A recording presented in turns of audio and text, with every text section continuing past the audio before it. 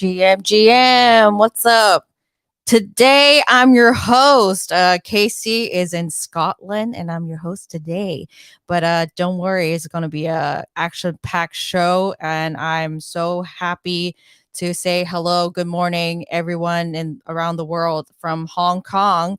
And it's going to be an action-packed show, and I'm so excited to have these guests today. And if you're new to the show, if you don't know about the ABC, it's time to know your ABCs. A is Asia Focus, B is builder friendly, and C is cool vibes only. This is the show, and this is what it's all about. And before we invite our guests, we want to hear from our chairman. What is discussed on the GM show is not investment advice. We may or may not have ownership interests in the projects we are talking about, but this is not investment advice in any way, shape or form. And this is not Sir David Attenborough. Thank you, Sir David. This is our tradition of the show, and I can't believe this is our 16th episode. If you must know, I'm actually doing all these shows in my room, and sometimes my cat would come in here and poop in my room, so you'll see my face go like, ugh. Yeah, so that's like my face if my cats do a poop, and like I can really smell it here. So well, it's not easy to do a show every week, and we never skipped a week, so please share this with your friends. And we're also on Spotify and Apple Podcast, so go on and search the GM show. And today we have our sponsor. Who's our sponsor? Sponsored by Friend.tech. Friend.tech is a mobile-based social media platform with a cryptocurrency twist. The app markets itself as the marketplace for your friends on its website. The team is entirely anonymous, as in the actual identity of who's running the app is unknown.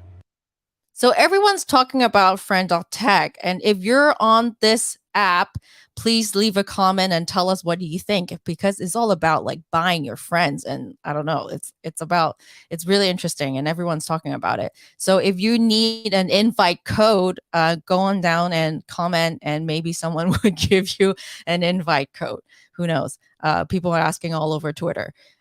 So yeah, today, first things first, I want to say this episode is very special to me, because I want to dedicate this show to our Memeland community, and I really want to show you guys like what's it like behind the scene, and having the community together and tell their stories. So first things first, I can't think of a better representation than these guys. And I've been talking to these guys, and these guys are the most dedicated, the most positive, the most, I don't know, everything. The even like the shirts they wear, it's like amazing. So I want to invite them both on stage right now. Hello, Chief Flo, Thrive.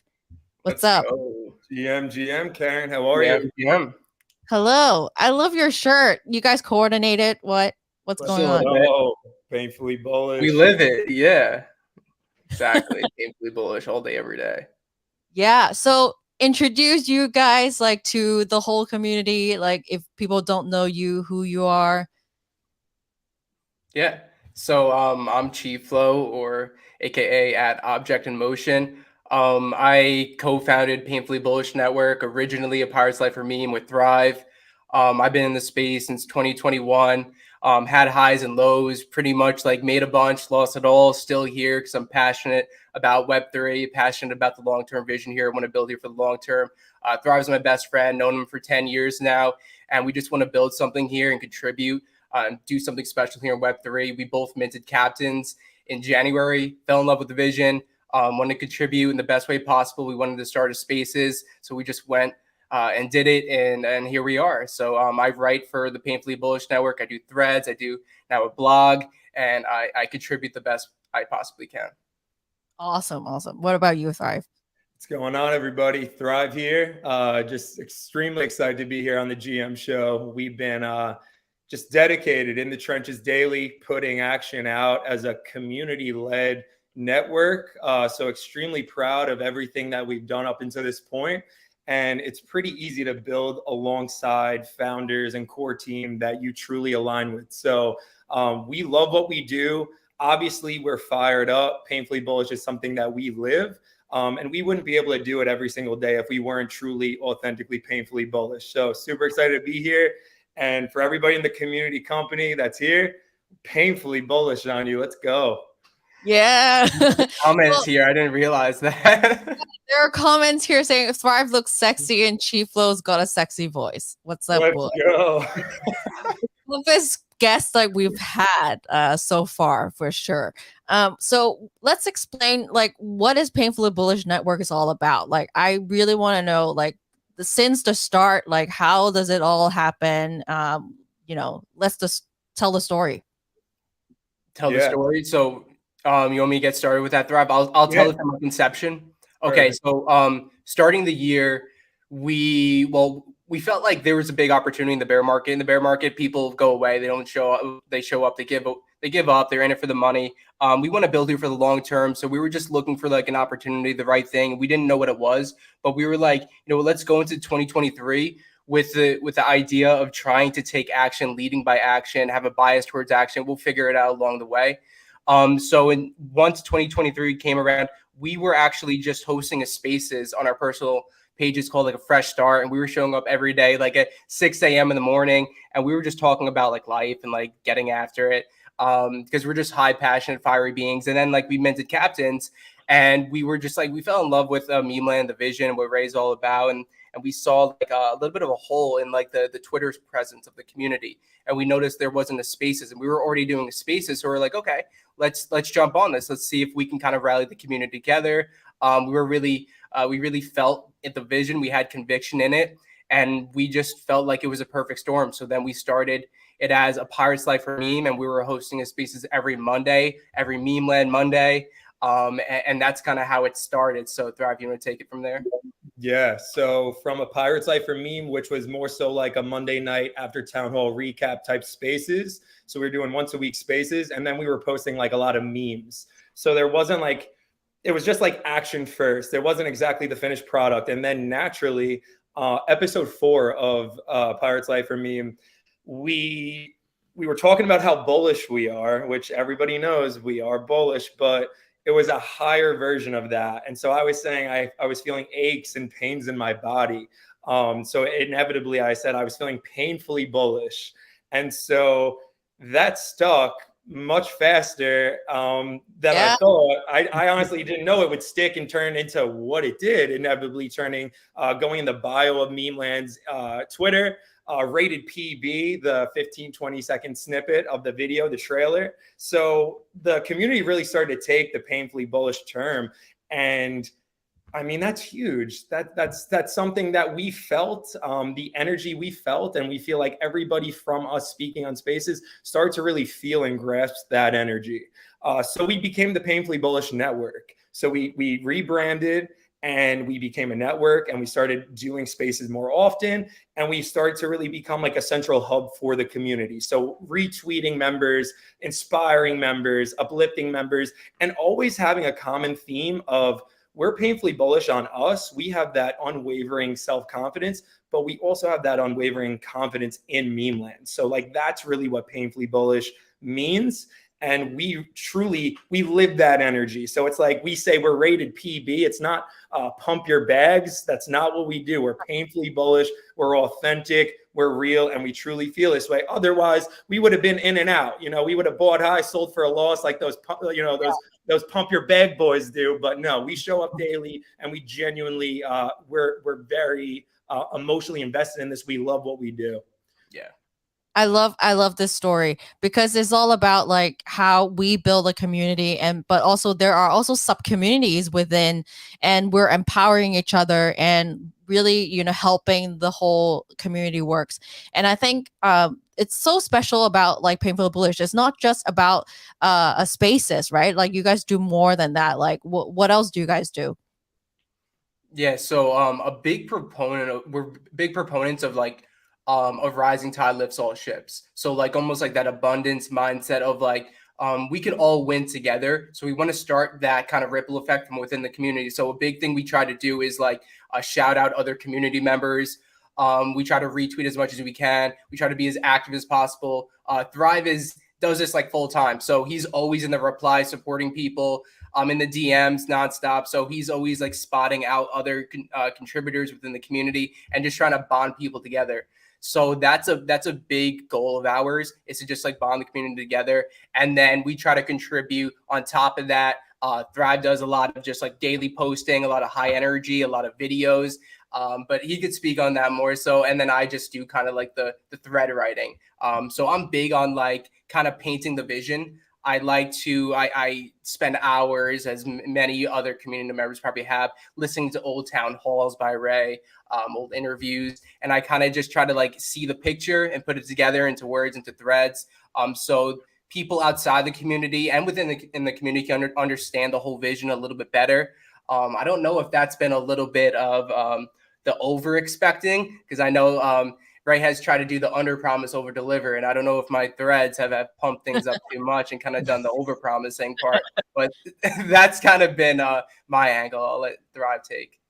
Yeah, so we turned from a Pirates Life for Memes spaces, memes, and we really turned into what we call a multimedia powerhouse, where we have graphics from another core team member, Eyes, which I'm sure everybody is familiar with. Eyes, he created an amazing graphic explaining the whole entire Memeland ecosystem. And that's so naturally, once we rebranded to the Painfully Bullish Network, Eyes actually naturally became part of the team with his amazing skill set of business strategy, graphics, and just a big brain, and just a give community supporter. So he's a member of the core team. So we have graphics, we have threads, we have short form videos and spaces. So we try to really hit all forms of media, and we continue to innovate, and we want to continue to expand because we're all growth-minded individuals. So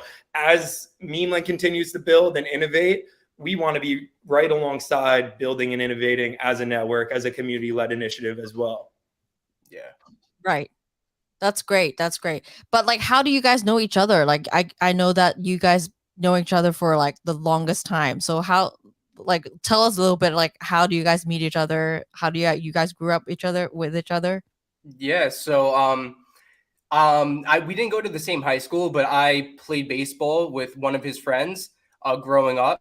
And then like probably like junior year of high school, I was hanging out with my friend that I knew through baseball. He went to the same school as Thrive. And then we just met at like a mutual friend's house. And then literally since day one, probably we just hit it off. We're like best friends. So we started by working out together, became gym partners, and then we've been friends since like 17, 18 years old. So we're about 10 years now. Yeah. So how do you guys like start doing Web3 together? Like what's that? Yeah. Get on together. Okay. So it was August 2021. I was on Twitter and seeing, it was kind of like financial side of Twitter, a little bit of crypto, a little bit of stocks. And I started to see some people changing their PFPs to cartoon animal JPEGs, and I didn't really know what was going on, but it became more and more of a theme. And I was like, all right, I'm going to start learning about this NFTs. First person I call is Chief Lo. Call him up. I'm like, dude, I'm about to dive into NFTs, and do you want to dive in with me? Because like, I feel like this has tons of potential and it feels right. So that was pretty much history. We dove in together. One of the first communities that we joined was Gutter Cat Gang, which I became a mod for. So, having that experience and also seeing community from kind of the inside perspective, and inevitably through Gutter Cat Gang, we both got whitelist for Memeland. So it's funny how it all works out. But that's kind of how we got here and how we started our Web3 journey. Yeah. Awesome. Like what is so special about Memeland then? Like, I mean, like I'm biased. So like, what is so special from your perspective, and like how special is the whole community is all about? So Memeland is very different in the sense that it has the 9gag roots. So you have a lot of like OGs here that were here since the 9gag days. It's built around humor. It's built around memes. It's built around fun. And then with another interesting dynamic of the Memeland community is that it's formed from like these past blue chip projects like Gutter Cat Gang, Kaiju Kings, Cyberkongs. So it's a really interesting mix that we have within the community. And we're like Frey is just a different kind of leader. You know, he's not doing the same old stuff that we see other projects that they have in the past. He lives by that contrarian effect. He has roots within Web 2. He has roots within the business world and has succeeded in that. So we haven't seen too much of that as founders within the Web 3 space or as in the NFT space.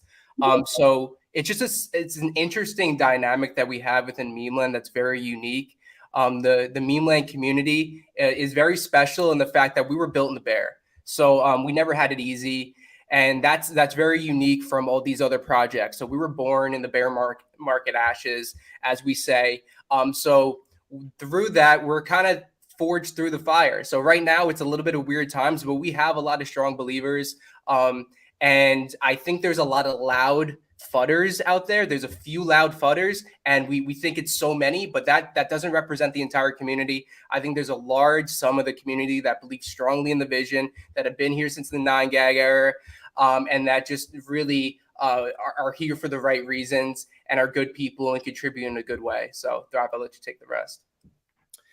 Yeah, I mean, what makes this community so special is just like Chi was saying, I feel like a lot of them through whitelist have been through a lot. The 2021 bull run was euphoric, high highs, low lows, but I feel like that mentally trained some, I'm not going to say all people, some, but again, NFTs and Web3 is a highly emotional space. So something that we focus on here at PBN, and we want to, lead by example for the community, is taking care of your mental health, touching grass. It's very hard to stay active in Web3 without going crazy if you're not taking care of yourself, and that's physically and mentally. So two things that we live that's easy to talk about, because it's very easy to talk about things that you actually do. So going to the gym, touching grass, getting sun, drinking water, taking care of your nutrition, and just putting the phone down for a little bit. Those are some things that we have been talking about more so as, times have been getting a little hard during this bear market. So that's just important reminders. So again, this community, I feel like there is a great core, and shout out to a bunch of them. They know who they are. We have some high contributors that love to give.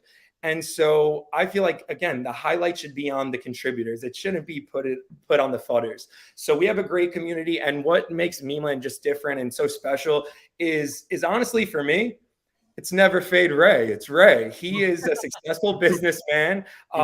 And you don't see that really in Web3. You see a lot of anons. You see a lot of people that kind of just started, and shout out to them, if they did well. But I could sleep much easier at night knowing that Ray is leading this. And it's very easy because he leads by example. He shows up. He's putting in the work for us to do the same thing as a community. So shout out to Ray. Can't wait to speak to you, my guy. Yeah. I mean, I love the piece about, like, you're talking about how mental health is so important in this space. Like, I wonder, like, you're doing so much for the community. Like, what keeps you going every day, and like how important is that, like, work-life balance, or just like life balance? Yeah. Yeah, I think we've both been through like a lot of ups and downs in our lives. We're still young, but and we've just learned through that the only thing you can ever do is put yourself first, put your mental, spiritual, physical, emotional self first, and the rest figures itself out. So we try not to get boggled down by whatever is happening in the external, and we try to just focus on the internal and trust that what comes from that will be what is meant for us. And that's kind of the vibe that we try to always, or the kind of intention we try to always put forward in our day-to-day. So even though things are up, things are down, we stay and maintain that energy because it's coming kind of from within. Yeah, awesome. What about you, Thrive? Yeah, I mean, something that I say a lot is by endurance we conquer. And so this isn't a sprint, it's a marathon, and nothing great gets created like overnight. It's just not how it works. So to understand that this is a process, and instead of just like hands up, what's going on, when, more so like, while we're putting our heads down, showing up every day, and we feel like we're contributing positively, we're not looking for like when, because we're busy. Like we're trying to contribute and to give as much as possible to create this community culture that I feel like only forms organically. I feel like you can't like force, here's the community culture, here's things to say. So something I feel like by us showing up authentically and daily. And again, when you kind of go back to the work-life balance, sometimes there's less of a balance when you're trying to achieve things in Web3, because it's such a fast pace. So sometimes it's like, all right, I'll have a long workout this day, but I know that, I got to hit this hard. We have a spaces and maybe an AMA. So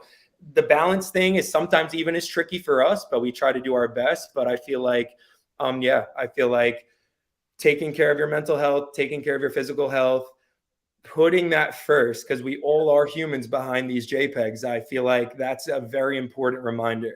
There's humans on the other side of the screen, to have some compassion, even to the core team and the founders, that we, mutual compassion for each other. And, again, I'll echo it every single day. I trust in the core team. And I think that everything that you guys are doing behind the scenes is for the best case for us. And so when you have faith in that, it's very easy to build and contribute and to just echo out those good vibes. Amazing. Like, I feel like I need to work out with you guys every day, because coming to Hong Kong. Let's do it. Yeah. Like what's this whole like painfully bullish like workout thing that you guys are doing? Painfully Bullish Fitness is kind of right now just an accountability group as of now. Yeah. So it's a place to just like show up and say like, hey, I'm gonna be working out today. And we started that about a month ago, but we're trying to really focus on what we do best. So we're kind of putting it a little bit off on the side, and we're trying to focus and not be spread so thin. So we're trying to really hone in on PBN and being a multimedia powerhouse and trying to just give back and inspire and just lead by example and just like uplift the community, because we feel like right now within Memeland that the community is where probably our energy is needed the most, because we really do have a passion for this. We want to see this community grow. We want the best for this. So we want to just like focus our time and attention here, because we only have so many hours in the day. So Painfully Bullish Fitness is in the long-term plans, but right now we're shifting our focus to just be narrowed in on like the Painfully Bullish movement that we want to try to like really create. And we trust that other opportunities will easily flow when we have that focus on Painfully Bullish Network. Yeah, I mean, like, everyone's saying these guys are great on the show. I feel like I should have you back on the show at some point. But well, I want to keep you guys here because like later we'll have Ray on, but we are going with like Kevin, our head of product, and you guys will have some questions time later on with him as well. So like let's put you guys stay on here, and then I'll have Kevin on, and then we'll have like a full rap battle with Ray and go and with Kevin and Ray later on. All right. Yeah. Okay. So let's have Kevin on the stage today, because like I said, I want to dedicate this episode about like what's behind the scene for this team, and really get people to meet the team and understand like what's going on. So I'm having Kevin today, our head of product today, and I have so many questions, and so has like a lot of people. So why don't it's been a while. I haven't done this in a while. You used to be our host. Yeah, I don't enjoy it. I'm so glad that I don't have to do it anymore. Like I don't envy you. I really don't. Oh no. It's a tough thing to do every week and in the morning as well. Well, how about you introduce yourself? Like who are you? What did you do before Memeland? Let people meet you. Who am I? So I think I mean, some of you guys know me as Yuns, but I don't really show up much on Discord. I'll be honest. I try to, but I only show up when we're launching stuff, so I can make sure that when we're launching stuff, everything goes well. He's a busy man. No, it's just like I'm also like a super introvert, so like I don't know what to say sometimes when I see like a lot of people talking on Discord. So it's not really my thing. But yeah, some of you may have heard the earlier town hall, so I used to host that. But yeah, Your I nostalgic voice. I've been here for like a year, I think a little bit more than a year. And well, when we first started, I was like, whoa. Like I remember day one or day two, we were like we had a lot of stuff to do. We was like, I think we were about to launch MVP, or like Yeah. we had 1 week to launch MVP. And yeah, and now it's been it's like it's been so long. What did I do before? What do I do now? I do a lot of things, I think. I feel like I do things that Ray doesn't want to do. That's what I always feel. Ooh, He okay. always does the things that he's like, oh, We're, I like to we're do all these doing things. So things. the stuff that I don't want to do, I'm just gonna give it to Kevin, and that's I kind feel of like we're how I all feel. doing things that Ray doesn't want. It's I'm true. doing this host thing, and then you're doing the product That's thing. true. Yeah, yeah. Yeah. But yeah. So before Memeland, I actually worked at also as a head of product at I think those in Asia would probably know. So it's Lala Move. I think yeah. So it's a pretty big company in Asia, pretty well known. It's known as like I guess the Uber for logistics. Yeah. First or like the second unicorn in Hong Kong, and I was part of like the executive team there. And yeah, I actually had a very very nice gig there. I'll be honest. It was quite fun. Like yeah, the team I was leading was great because I built that team from scratch, built the product from scratch as well, and then watching it, get to where it was before I left. I'm always a little bit, I guess this is how Ray feels about 9gag and how I'm feeling about Memeland too. But obviously, Memeland we're not there yet. And but yeah, I used to work at Lala Move as head of product. Right. So, what's it like for you now, like day to day? Like a lot of our holders are curious about, behind the scenes. So, what's that like from your perspective?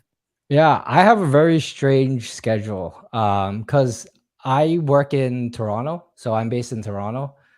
Yeah. A lot of the team is actually based in Asia, so that there's always this 12-hour time zone difference. So I actually get up at like 4 in the morning to start working. Yeah. Sometimes a little bit earlier, sometimes a little bit later. So for example, I would wake up at like 4 and then we or like 5 in the morning, and then we'll always I kick off my day with a full team meeting, all hands meeting every single day. Mm. And yeah, so that's basically most of the team that works on Memeland, except for the social piece, which Karen manages. Um, but yeah, because we're full remote, and we work in a lot of different places as well. So we have people in Vietnam, Singapore, etc. Right, and I'm in Toronto, and we're hiring across the world as well. So we have this full we call it it's a stand up, but it's not really a stand up. I call it like a daily sprint. Those who are a little bit more technical may or like are in product management may get that, may know what that means, but yeah, so we start off with that. Keeps everybody accountable to what they're doing. We basically go through what we've done or what we do, or what we're planning to do for the rest of the day, or what we've done for the rest of the day. I think, and then afterwards, where we set off and do our own stuff, and then a bunch of meetings, a lot of impromptu meetings with Ray sometimes. Actually, like literally, just today I had a meeting with Ray up to 5 p.m. So Hong Kong 5 a.m. So I don't know if he's up yet. Yep, Uh, he's up. yeah, so like all of these things happen. But yeah, a lot of meetings, a lot of things to do, a lot of actually a lot of time really just thinking about how to make things work as well. So we expanded the team like since, well, I mean, what it went from like couple people to like the full team. So how many people do we have now, and like what's it like to work with a team and Ray?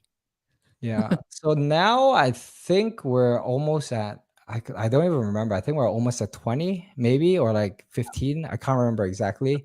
Because we're always hiring. We're still hiring right now. I remember when we first started, it was literally just me, Joey, Ray, you of course, and Jordan. And Jordan, yeah. yeah, those are tough days. I'll be honest. It's still tough now, but it's a different kind of tough, right? But I mean, those days were also quite fun because it's like scraping along, and we didn't know if it was gonna work. And That's yeah, that's like and somehow where we we made it. somehow made it. But yeah, so we expanded quite fast. We hired a few developers very early on, and uh, yeah, I think we the people that we hire, we are a very very good team. I'll be honest. Like my previous company, we had over, I think, on in total was like 300 engineers, at least on my department that I was working in, under my department. uh, and I can like very confidently say the team that we have now are are top of the top, right? These guys are very smart. These guys, they help me out a lot because I'm one person, and I think one of the things that we always talk about, especially in my team, is to keep ourselves accountable. Don't making sure everybody gives each other feedback. Don't be afraid of feedback. And it happens day to day, and even they correct me. They give me feedback on some product features as well. Both engineers, even non-engineers as well. And I think that's also what makes it great, like how we've been able to get to where we are as well. Yeah, that's a great working relationship. Like when you're giving feedback to each other, and but what is like with Ray then? Like what? Ray, I don't want to get fired, Karen. How was it like to have a call with Ray at 5? Ray is Ray. How do I put this? Yeah, he's like spontaneous. Ray has, I think Ray is the perfect vision. Is a perfect vision guy, right? Yeah, yeah. So there are people who have a vision, right? But they're too small. There Mm, are people who have a vision that are too big, right? I think Ray gets it right, and that's not easy, right? Because mm, honing a vision is also making sure that you make changes to it, right? yeah, In terms of making sure that you're adjusting it to what the real landscape is, because you can't have something that's something that, at least in my perspective, you can't have something that doesn't take into account of what's happening outside in the world. That's why you see larger companies change their mission statement. Maybe not like yearly or monthly, but Web3 works differently. And given how fast the pace Web3 is, it's important that we you understand and look at what's happening right now, and build the right vision for the team. But working with Ray is also very tough because he sets very high expectations, high standards, right? yeah. Which it's not a problem for me because we want that, right? We We don't call want to it have the shitty standard. things. Pardon? We call it the Asian standard. It's the Asian standard, yeah. But it's like I don't think people understand though. It's like we have QAs. I do QAs. We have a fairly good, fairly smart and strong tech team. But for some reason, Ray always finds something wrong right before we launch, right? It could be big, it could be small, but he always finds something. I don't know why, but it just happens.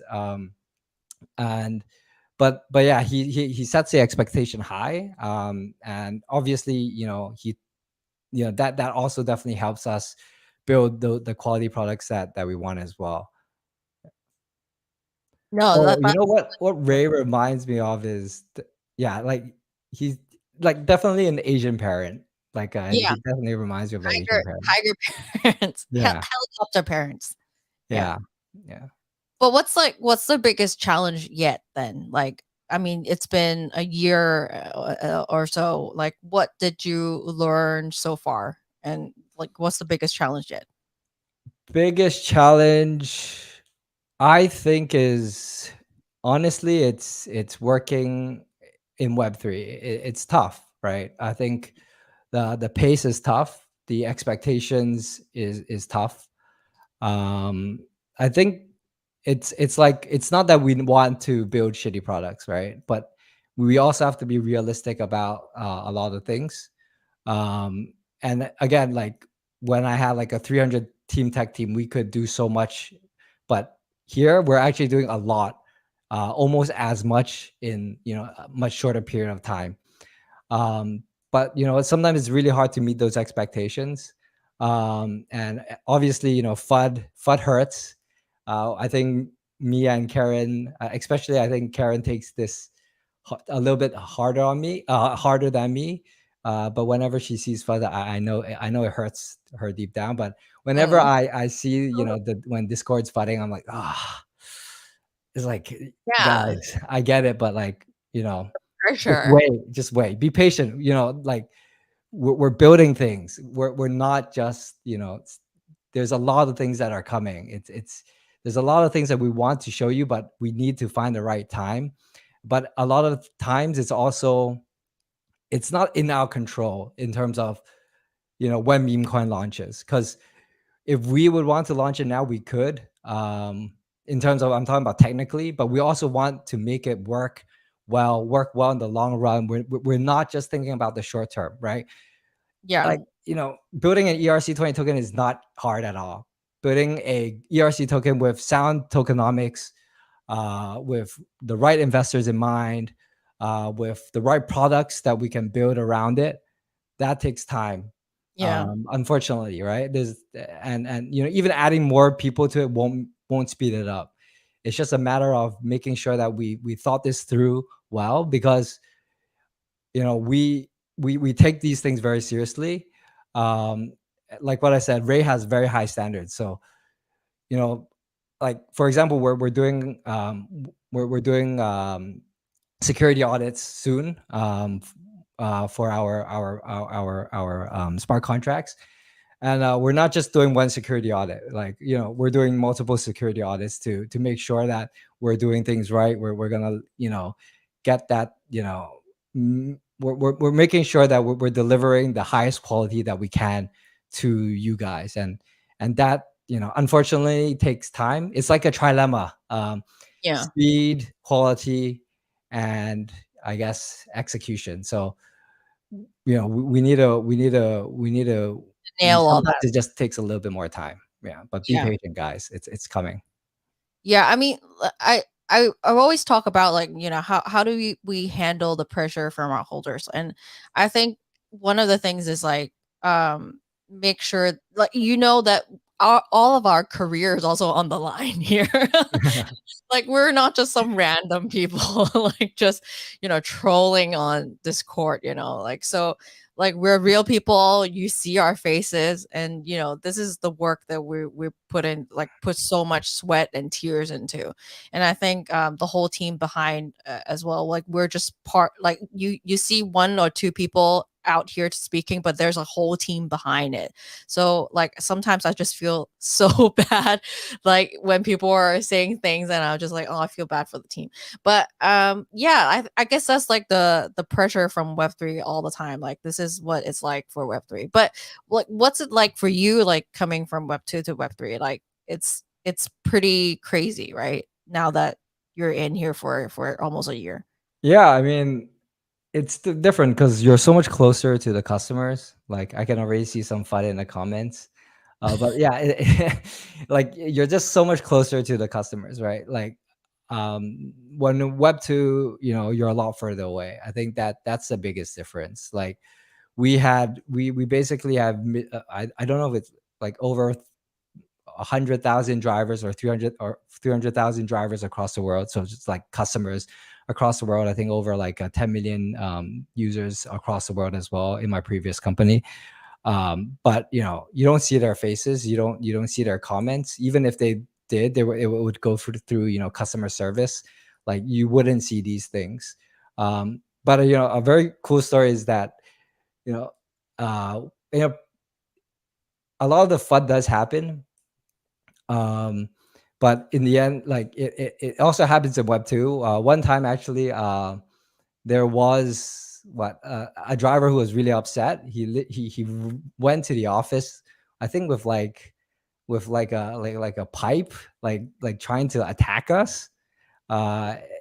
These crazy things happen like everywhere, but Discord is a Well, little bit like that, but with words, but it happens like every 10 seconds. yeah. And sometimes words hurt more than sticks and stones break your bones, but what words, I can't remember the exact phrase, but yeah. Yeah.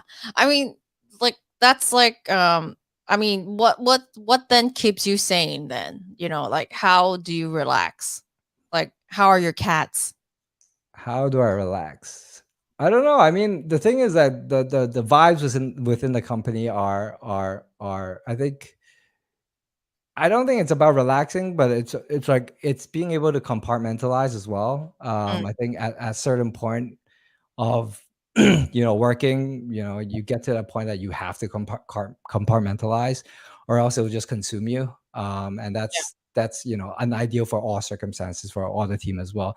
Because if it, being a leader is tough, because you don't want to show too much emotion as well.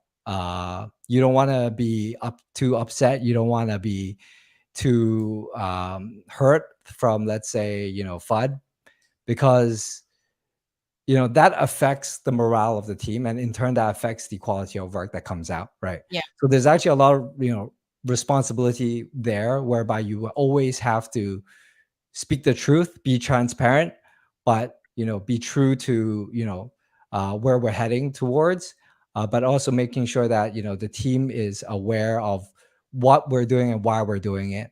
And I think, again, so going back to that, why Ray is very good is because he sets that vision for us, right? And when you don't have a vision, when you don't have something clear, something that you feel that's attainable within the company, then things like FUD, things like I guess comments like that will distract you and really hurt the morale of a company, right? But when we have a clear vision, where and we know where we're heading towards, FUD is expected, but it's just part of the journey, right? Because in the Yeah. end, the journey is long, the vision's clear, and we need to, and we'll probably, I mean, I believe we'll get there. And when we do get there, I mean, who cares about the FUD, right? We'll be there. Yeah. I love how people on Discord, Farida Swoosh saying this is turning into a therapy session. Taking I feel like I'm your therapist. Tell us more about like your day-to-day work.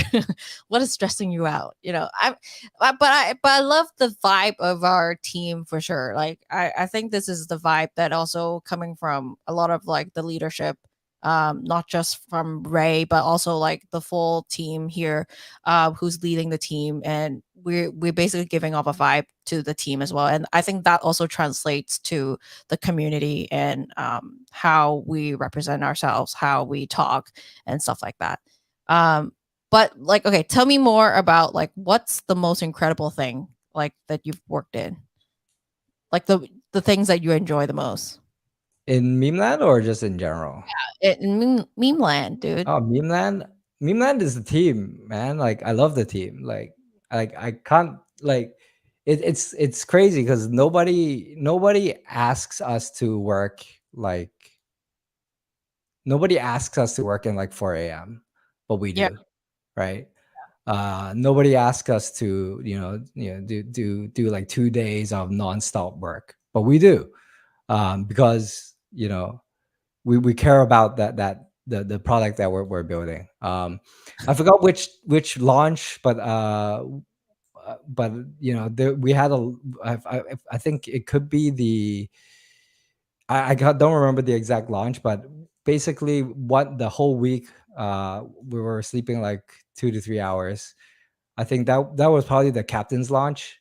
Um, yeah. but like nobody's telling us to do You this, guys right? like, Like yeah, Ray is like not saying, "Oh, don't sleep, get this done." Nobody, that doesn't happen. Like, but we just do it because we know that this is the way to do it, and we want to deliver the best things that we can, and that's that's how we believe we can do it. yeah, and you guys working all over the weekends as well. So I can't believe that's like the when you're chasing a deadline. That's what we do. And I think that's all applied to our full team as well. Yeah. Or saying request massage with extra money in the therapy section. Well, okay, so let me also bring up Ray, so that we're all going to have like a rap battle. Let me put this up.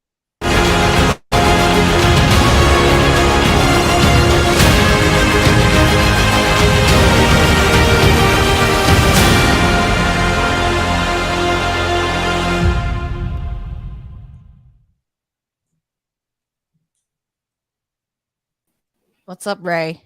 I think that represents you and Kevin because you guys cook together.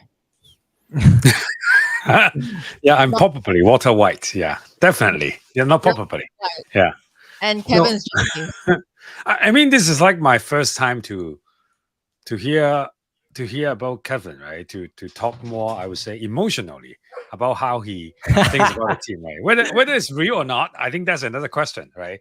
Because when you are like kind of like saying things before your employers, I think that probably is not 100% authentic.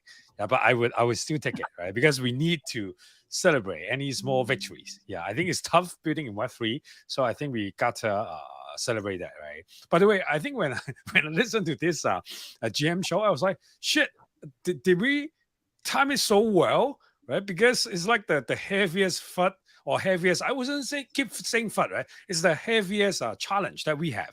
Yeah. Since we launched Memeland, right? I mean, yeah. And then right now we have like Thrive and Chief Flow and then Kevin to talk about it. It's almost like we time it so perfectly. Oh, and then yeah. I totally timed it. Yeah. I try to kind of like give a voice to our community, right? But also give a voice to our team.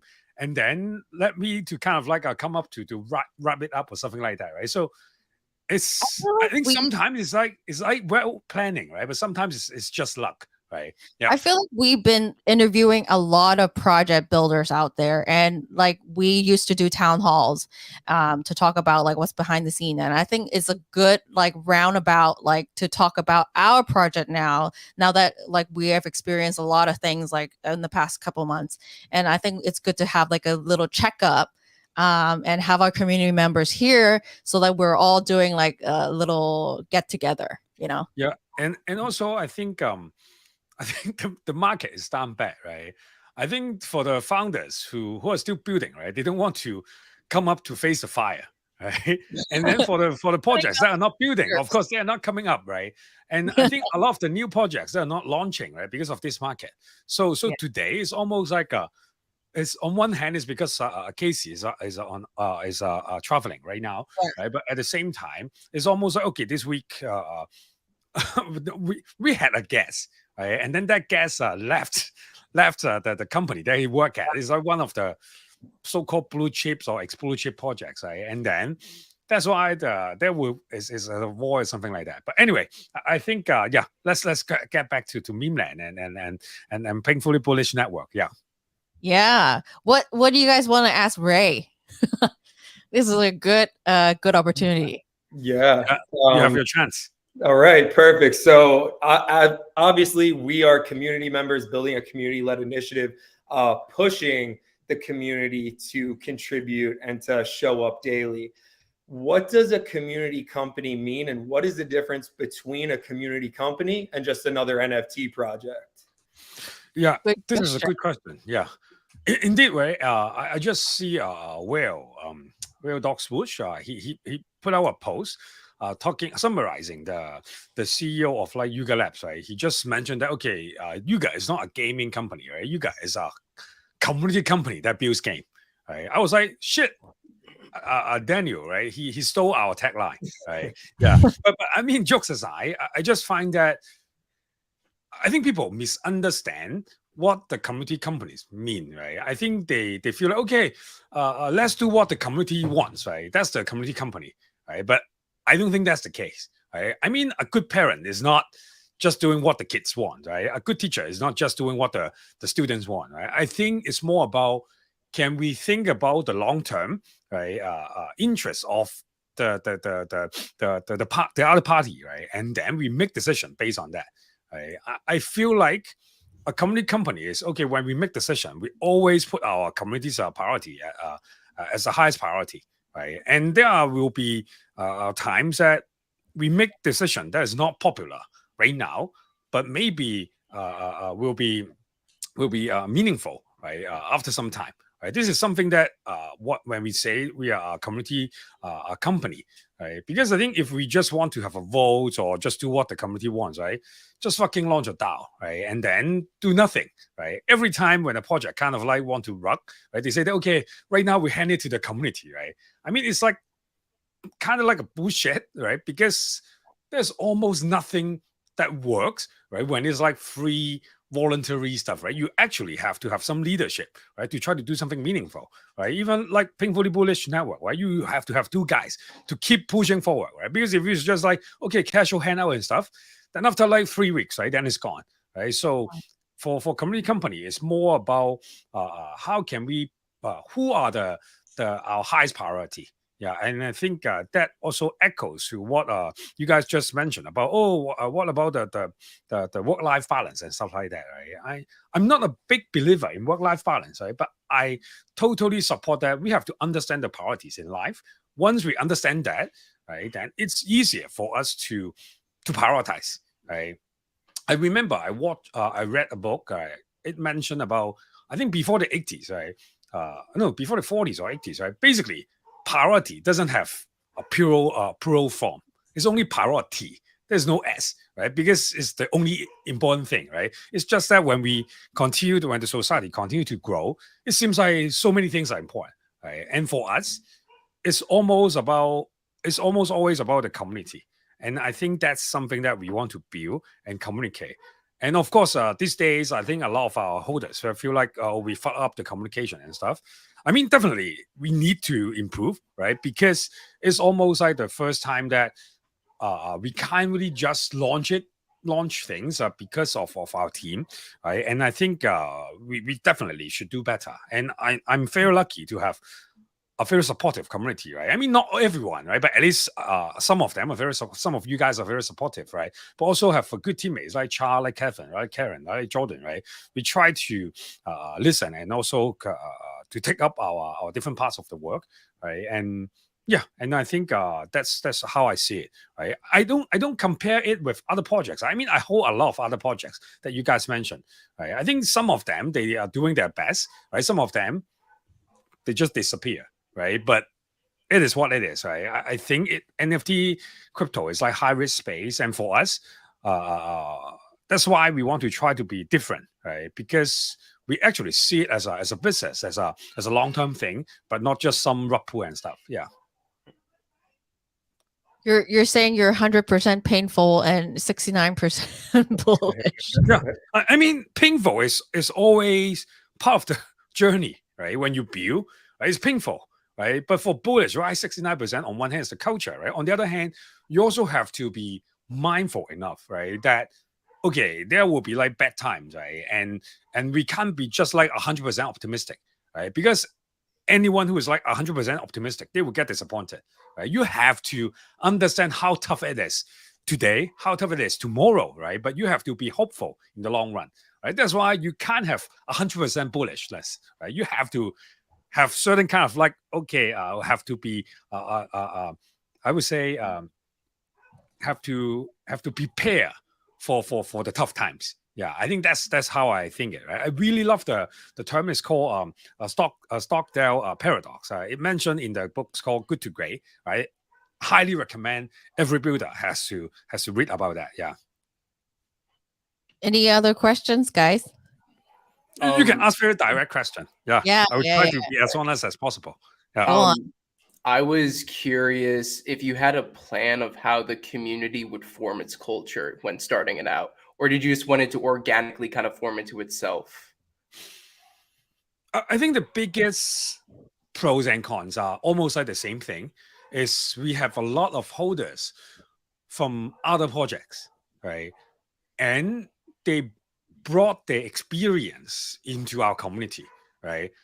And if those projects, right, some of them they kind of like die, or some of them they're also struggling, right? Then it will bring also the bad experience, the PTSD, right, to our community as well.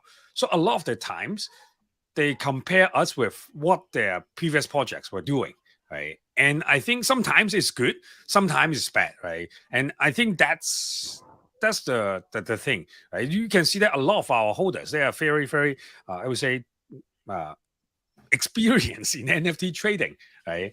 And I think that creates more fluctuation, right, in our community, right? And but to be honest, right, it is what it is. I always feel like we can't complain, right? I mean, even though I always joke that, okay, you guys are like annoying me to bitch, right? But deep down, I know that this is part of the community, right? It's always like that, right? I mean, building in Web2 is always like that. Building in Web3 where money is involved, of course it's like that, right? So I think by understanding that, that's why we keep showing up, right? Despite the FUD, despite the criticism, right? Because the more, I would say, criticism, right, then the more that we have to show up, right? Because at the end of the day, I always believe that Web3 is so early that a lot of the things we just bring in what Web2 people think, and there are a lot of prejudice and stuff like that. And I think despite we talk about trustless, right, on Web3 on blockchain, right, it actually requires a lot of trust, right, in investing in a project, right? That's why when I heard about you guys talk about, okay, you guys are very bullish about Memeland, right? I was like, I almost want to cry, because this is what we need, especially at a moment like this, right? Because we have to remind ourselves that there are a lot of supporters out there, yeah. But at the same time, we also have to be mindful that, okay, we have to do better, right? Not, I think I shared that with some of our MVPs yesterday. Is in the past, when I was younger, right? When I was younger, right? I was always try to do things to prove people wrong, right? But right now, when I get older, right, I want to do things for the people I love, right? I think the purpose makes a difference, right? Because when you're always trying to prove people wrong, you are kind of like always, like a against mindset, right? Yeah. But when we are doing things that for the people that we love, right, then you just feel like, okay, this is the way, right? You want to spread more positivity, right? And I think that makes a difference. Yeah. Ray, people saying you're turning this into a therapy session as well. No, I mean therapy. By the way, I watch a lot of Sopranos, right? And then it's always about the therapies and stuff like that, right? But at the end of the day, therapist is almost always like guiding you to find the answer that you want, right? I think right now with this room of people, right, I think we actually have a very aligned long-term vision, right? That's why when we talk about stuff, on one hand, it's like a very healthy discussion, right? But on the other hand, it's not like a fanboy moment and stuff like that, right? Because I think I shared that before as well. I think haters and fanboys, they're the same thing, right? When you look at the biggest FUD right now, it's actually from the biggest fanboy that we have, right? So why we have to be like a reasonable community? It's almost like, okay, we talk about stuff, we discuss stuff, and then we continue to remain respectful and civilized, right? I think that part is important, right? Because you can't talk to crazy people, whether they love you, whether they hate you, right? You can only talk to people who actually are reasonable. Yeah. And I think these are the people that we need the most, but also we lack the most in Web3. Yeah. Crazy people. People are asking, crazy people, who are those people? Yeah. Yeah. All the people who spend tons of time on Discord, right? They're kind of crazy, right? I mean, hey, probably, if you work on Web3, you are crazy enough, right? If you have a day job and you spend so much time on Discord, definitely you are crazy. Yeah. Yeah. Chief of Pride. Any questions? Yeah. So we truly believe that a top tier community company plus your core team, that is the recipe right there, those two together. So what are some ways that you think we could work together going forward to unite? And also, Ray, just another question built on, can we expect you to come on the PB show anytime soon, or a core team member? Because we think that would be great for morale to, again, just align and to just be a combined force together. Yeah, sure. Yeah, I think most of the time I shared that before as well. Is I actually don't really have a lot of expectation for our community. It's not because I'm disappointed and stuff, right? It's just because that I feel like people who believe in us, right, we should not expect too much from them, right? Because they already spend their money, right, to invest in the project. It's almost like, yeah, for the lack of a better comparison, right? I mean, it's almost like a shareholder and stuff, right? The shareholder have expectation, right, for the company, but the company should not have a lot of expectation of the shareholder, right? Because they already have skin in the game, right? They put money where their mouth is, right? I think that part is already the biggest support, right? Of course, in Web3, it's almost tricky, right? It's almost it's always tricky because I think there are a lot of like bottom feeder, right? They are like always flipping at the floor price and then undercut each other and stuff like that, and that creates a lot of insecurity among the community, right? I think that's something that we haven't figured out how to solve it, right? But I think we have some sort of idea, right? Because when there's no place to highlight the other aspect of a project of a community, of course people can only look at the price, right? It's almost like, oh, when I don't know Kevin, right, or Karen, right, I will only look at your face, right, to determine whether you are a good person, right? You need to spend some time. You need to create a place for people to explore more things outside of the price, outside of the so-called artwork, right? Then maybe people will start not to talk about the price all the time. Right? I think this is like the vision behind holders.com, right? Yeah, we haven't launched it because, to be honest, right now, even if we launch it, it doesn't really matter that much, right? But I think deep down, we know that we need something more than just price. Right? If it's just about price, then people will always talk about price. Right? I think this is something that we see. But back to the questions, right? We don't have a lot of expectation, right? And I also don't want our community to think that, okay, what we need to do as a community. I want our community to feel like, okay, Memeland is like a stepping stone for you as well, right? On one hand, maybe financially, right? On the other hand, maybe on your career, right? Because I think we have a lot of pretty cool people in our community. And when you try to launch something new in Web3, which is like a very early industry, right? Maybe we can work together, right? Maybe we can share together and the challenges, the opportunities, right? I think those are the things that we want to do. Of course, right now we are still a very small team. That's why we don't have a lot of time to help our community to build out their stuff, right? But I really, really appreciate that, especially, for example, like you guys, to build your own stuff. You have your own vision of what you want to build, right? I think down the road, I hope that one day your business, right, is not just about Memeland, right? It's almost like how as a founder in Web2, right, the company that I respect the most is not just the company that make it big, right, but the company that actually cultivate the community of builders, right? Look at like PayPal, look at like Facebook, look at like all the big Web2 companies, right? Yeah, they help people to build their product on one hand, but also help them to build the career on the other hand. And I think that's something that we want to embrace. Yeah. And I think hopefully when we look back in a few years, right, we can have a lot of builders, right, who say that, okay, oh, we actually get a lot of help from Memeland, right? Not just from Ray, but from the community.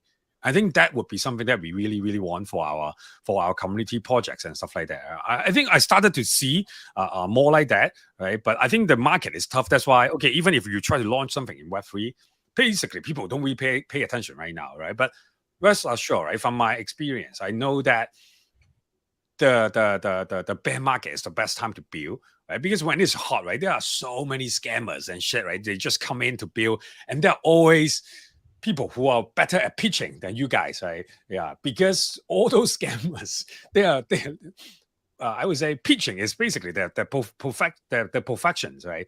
So I think for true builders, right, I think the bear market is actually the time for them to shine, to accumulate the power. So that, okay, when the bear market was a good time, right? And when the bull market comes, then people will see how much we have built. Yeah, I think we need to have that kind of faith, yeah, in order to continue to keep pushing forward, right? Even at moments like this, yeah. Yeah, for sure. Any other questions, guys? That's pretty much like painfully bullish. It's like that unwavering self-belief that like you have in yourself in Web3, and this in Memeland, and this is the time to do it, to show up now in the bear market when everyone is out, everyone's in it for the money, or that are still here and fudding, but the people, the true believers, are here, putting in the reps, putting in the work, showing up, and the fruits of our labor are going to pay off big time. And that's a big thing that we like to push with the Painfully Bullish Network, is show up, bring your authentic self, put in the reps now, and we can all grow stronger together. That's the Web3 way. And if we can all do our part, support one another, we can grow stronger as a community. A rising tide lifts all ships. And it's like that abundance mindset. Let's all like be in the trenches together, let's do this together, and we're gonna win together. Yep, I totally agree with you. Right, I think at the end of the day, when the industry is so early, right, I think other projects are actually not our competition, right? I mean, on the resources wise, maybe they are, right? But I always believe that it's not about how we can get more holders from Board A, from Asuki, from DGOS, from Pudgy Penguins, right? It's not about that, right? I mean, it's great to have the support, right? But it's not just about, okay, if you get more Memeland, right, then you should like trash other project, right? That's why you can see that I'm always like very supportive of most of other projects. So when I think that, okay, they're actually building something cool, right? Of course, a lot of the times I'm wrong, right? Because, okay, the builders, they are only builders when the time is good, then they are not true builders, right? But at the end of the day, even if you bet on like one team, two team, three teams, right, they are actually building, right? Those are the people that can shape the industry, right? And I think we are very lucky as Memeland is, okay, we are the youngest projects among all the so-called existing blue chips, right? And then we launch, I mean, we are notoriously good at launching at bad times, right? I mean, after Luna crash, right, we launched MVP, and then we launched potatoes, and then captains, right? I mean, right now, on fiat terms, right? I mean, we are still a 3 to 5x, right, of the meme price, right? Of course, a lot of the people, they didn't buy our NFT at the mint, right? But at the end of the day, it's only 1 year, right? I think when we look at any great companies, right, you can't just build things in a few months, in a year, right? Especially when money is involved, we have to be really, really careful. I think Kevin mentioned it really, really well. Is even for some smart contract audit, right? And then our team, we go out to look at what are the top audit companies, right? For smart contract. Right, and then they came back with something like Certed and then Snow Mist, right? And then we get the quote and stuff like that. And then when we decide, which company that we should go at, right? We said, okay, why not both, right? So that those auditors, they can audit each other as well, right? So I think it's stuff like this takes time, right? But it would be better than, okay, there's a loophole after some time, right? Yeah, because that actually hurts people more, right, than this kind of so-called quote unquote delay, right? And I think we have to be really, really mindful and careful when people's money is involved, right? And I think it's easy to spread more hype and stuff like that, right? We've learned our lesson, right? We try to go back to our routes where we try to under-promise, over-deliver, right? But after some time, you almost like fall into the common way of like, okay, let's hype things up, and then once we kind of like couldn't deliver, right, then the fall price suffer, right? I think it's almost like we saw the issue, right? That's why we're adjusting, right? And while we are adjusting, because we are working with a lot of third parties, right, on the MemeCon launch, then that is almost like we kind of like create something to compete against us and to also kind of like restrain us from saying more, right? I think that's the challenge for us right now, especially at this moment of time. Yeah. But in general, yeah, it's still pretty, I mean, I'm still very, very hopeful, right? Because when you look at, when you heard, right, what Karen and what Kevin mentioned, right, our team is actually really, really experienced, and I would say they're pretty good. Yeah, and I'm not saying that to toot our own horn, but we actually are pretty good. Yeah, so in the space right now, right, you seldom see any Web2 company that actually have a pretty good start in Web3, right? And Memeland, right, we are actually the only one, right, who kind of survive, right, and understand what we are building, right? And the things that we are building is actually within our circle of competence. I think all these things, when you link them up, right, is quite obvious. Right. That's why for the meme coin, right? I think for some of our community members, right, they understand that okay, right now we talk to the private investors, right? Then we will have the community pre-sale. When we talk to the investor, I think Chai and I have taken more than like 100 calls, right? I would say 80%, 90%, they come back with a yes, right? Because it's so obvious that what we are building is kind of like lacking in Web3 right now, right? And we have the team to build it, right? Yeah, and a lot of the funds that we talk to, right, they just invest, right? Yeah, knowing that meme coin is like 100% meme coin, right? 100% shit coin, right? But they still invest, right? Because they know that our team, right, actually is understand the space quite well, right? I don't know whether this is alpha and stuff, right? Because I think I shared that with our MVP, right? And I think that a lot of that is leak, right, and stuff like that, right? But for example, we got commitment, right, from Amber Group, from Folius Ventures, which is like behind like Steppen and a lot of like a more popular Web3 application, right? And then we got the Spartan Group, we got Infinity Ventures Crypto, we got Crypto Mine, we got Fambushi, we got Lingfeng Innovation Fund, Polygon Ventures, C Capital, Great Southgate Asset, Mr. Labs, and Animoca Ventures, Kyber Ventures, right? Newman Capital, Tangent, Gecko Ventures, right? And also supporter from some Web 2 Web3 builders, like Crunchyroll, Kun, right, and then like Alpha, right, from Defiance Capital, and then Mabel from Steppen, right, Stephen Lam from GoGoX, and then Wesley from Casify, and Matthew from Everscan. I think also a lot of guys from Polygon, right, and then Sebastian from Sandbox, Gio from Axie, right, and Kevin Lim from Twitch, right. I think Web2 builder, Web3 builders, right, and then Web3 funds, and then across industry, across I would say country, right. I think all these things is something that is quite rare, especially at times like this, right. If you are building a project, right, and then if you are go out to raise funding, you know how tough the market is, right. And we got these commitments, right, in 2 weeks, 3 weeks, right.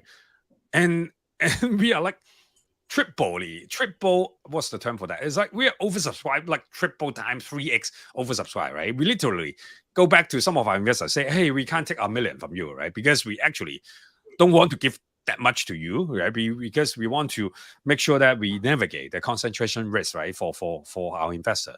I think all these things is very, very rare at moment like this, right? Yeah, and I think we're really getting close, right, to kind of like moving on to the next step, right? I can't say what the next step is, right? But when we get the money from private investors and we can do something that according to our plan, right? We don't need their money, right? But need their guidance and help and connections, right? When we continue to build our Memeland, right? Yeah, and I think those are the things that we really, really want to share, right? But I think a lot of the investors, they kind of don't like you to use their name, right? And to pitch to other investor, right? It's almost, they feel like maybe some of them feel like, okay, this is kind of like shopping around, right? We don't want to do that. That's why we don't send out a tweet and stuff like that, right? But I'm really, really grateful for all the support, right? From the investors, right? Especially for our holders. Yeah. So yeah, I don't know whether this is alpha, but I'm actually very happy. Yeah. Yeah. Because sometimes I forgot whether I said that before. Yeah, that's why I don't know whether this is alpha. Yeah. And I honestly don't really want our project, right, to build with alpha. Right. I think even for some of our holders, right, they complain about, oh, why MVP have special treatment, right? But this is almost like how the committee is set up, right? So that we can have a smaller group, right, who invested more, right? So that they can give us the most honest feedback, right? This is almost like the reason we have a group like that. It's not because, oh, we want to send them some alpha so that they can front run you, right? It's not like that, right? But I guess when you have like a small group that have more privilege, right? I think it's very easy to see that, oh, this is like discrimination and stuff like that, right? Yeah, but honestly, I think most of the MVPs are way more invested than normal holders, right? So they care more, and also they are more painful, and that's why they are more honest with what we do, and we need that kind of honesty when we continue to build our what we are building. Yeah. Yeah. I have a question here since Kevin's here. People are asking like, what else is being built with the team? Like we know that meme coin is we're processing that. Like, what else are you guys working on? Can we talk about? We're never only building one thing. That's all I can say, right? Like we can't just launch meme coin and have nothing come out afterwards, right? So things No, take meme coins time. are shit on, right? You can have nothing coming up afterwards. Yeah, you have to be very, very careful. Yeah, yeah, but yeah, there's a lot that will come. But I think like what Ray says is I also find this interesting is that when we're like presenting to investors, we don't get FUD. Like they're loving the plan, they buy in, right?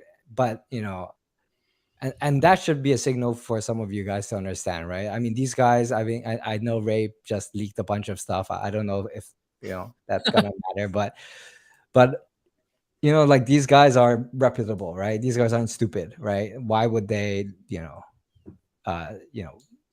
invest in us, right? And normal funding rounds in at least Web 2 take much longer. Trust me, they take 2 to 3 months, a lot more conversations going. But this took us a lot shorter than we imagined. But also we got so much more than we ever thought we would. And it's just, to me, there's a strange parallel that's happening, which is from the investor side, and it's also from the community side. And sometimes I can't understand why the difference can be so big. But because we're telling them the same thing. I can understand why, right? But we're telling them the same thing, Yeah, I think it's just the patience, right? And also how good they understand the bigger picture, right? And also how much experience that they have, right, in the space, right? I think a lot of people they make decision based on very limited information. When you are a bigger fund, when you have more fund to deploy, right, you have more people to do research for you to understand different parts of our project, right? And of course, they also can get more support from their portfolio company, right, to understand what's actually in the front line and stuff like that, right? That's why I think that's why most of the time, right, retail investors they seldom make money. Right. Meanwhile, like institutional investors, they make more money. Right. I think, of course, they enjoy the economies of scale. Right. But at the same time, it's more about how patient they are. Right. Because even look at like Ethereum or Bitcoin. Right. If you sell the moment that they got dumped, right, then you will never enjoy the pump in the price, right, in the long run. Right. I remember, I think quite a long time ago, right, there was research to say that okay, if you just keep holding Bitcoin throughout the ups and downs, right, you actually can earn more, right, than just timing the market, right? Because everyone is like overly confident, right, in their ability, right? But I think that's the issue for most of the people. By understanding that, we almost have to work against our intuitive, right, to make decision. Yeah, and I think that's something that is quite different, right? But of course, I think tons of funds they are also very stupid, right? But I just I just hope that we don't get money from them, right? And then so that we can kind of like still put our community at first, right? That's why you can see that I mentioned a lot of the names, right? Because we actually want to have our private round kind of like a party round per se, so that no one big investors can actually have a bigger voice than our community, right? I think most of the time when you see some other projects, they raise so much funding, right? Then the fund will become, okay, right now the community becomes like the customers, right? Yeah.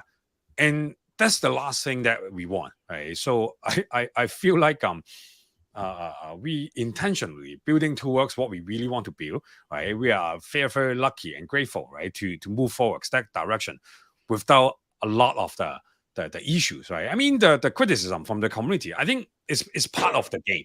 Yeah, I mean, you can't love Web3 without facing some of the fire, right? I think that's the price that we have to pay, right, when we are building something interesting, right, in an early industry like this. Yeah, so I'm that's why I love Painfully Bullish, right? Because it's not just bullish, right? You are actually very painful, right? And I think that's the spirit. Yeah. That's the spirit. Yep. Well, I want to wrap up the show because this has been great, and we're a little bit over the time, but I think this has been a great discussion and also having a reunion with the community as well. But thank you so much, like Thrive, Chief Flo, Kevin, and Ray. That's it for the show today. Are you guys coming to Hong Kong? Yeah, in November. Yeah, we're looking at flights. It's looking a little crazy, but if there's a way we can, definitely open-minded. So let's fuck it. I pay for you guys. Please come. Whoa. Yeah, We're please there. come. We would love that. We'll be there. Not out of Memeland, not out of Memeland's treasury and stuff like that. I pay for Well, you personally. Let's go. I really love to meet you guys in person, right? As a small token of appreciation. Yeah. Whoa. And I really, really want to have that. Oh, Yeah. now that's So that you painfully bullish. report live about what the community members think about what we do in Hong Kong. Yeah. Let's Let's fucking go. go. Trip to Hong Kong. Yeah. If you You just want pain, to you pain. Yeah. I feel like this is like an Oprah moment where it's like you get a trip, you get a trip. Let's go. Thank Yeah. you so much, Ray. That's Thank you awesome. so much. Yeah. Yeah, we Yeah. appreciate that. One thing, can I just say one thing in the community, Karen? Yeah. All right, you can't be painfully bullish unless you're painfully patient. So just trust in this team. You know that they're building the best possible thing for us. We're a community company. Let's continue pushing forward. I'm PB on all of you. Yeah. Bring your tank tops, guys. Bring it on. Let's go. Appreciate you guys. Thank you so much. Thank you so much for having us on. PB. All right. All right. So we'll wrap up the show today. And thank you so much for everyone to come on the show. And I think this has been a great show. And thank you, Kevin. Thank you, Ray. We just wrap up the show and we just like let people want a trip to Hong Kong. So guess what? If you're a guest next week, we might fly you to Hong Kong. Well, that's how we do the show. So thank you again for everyone to join. And we are.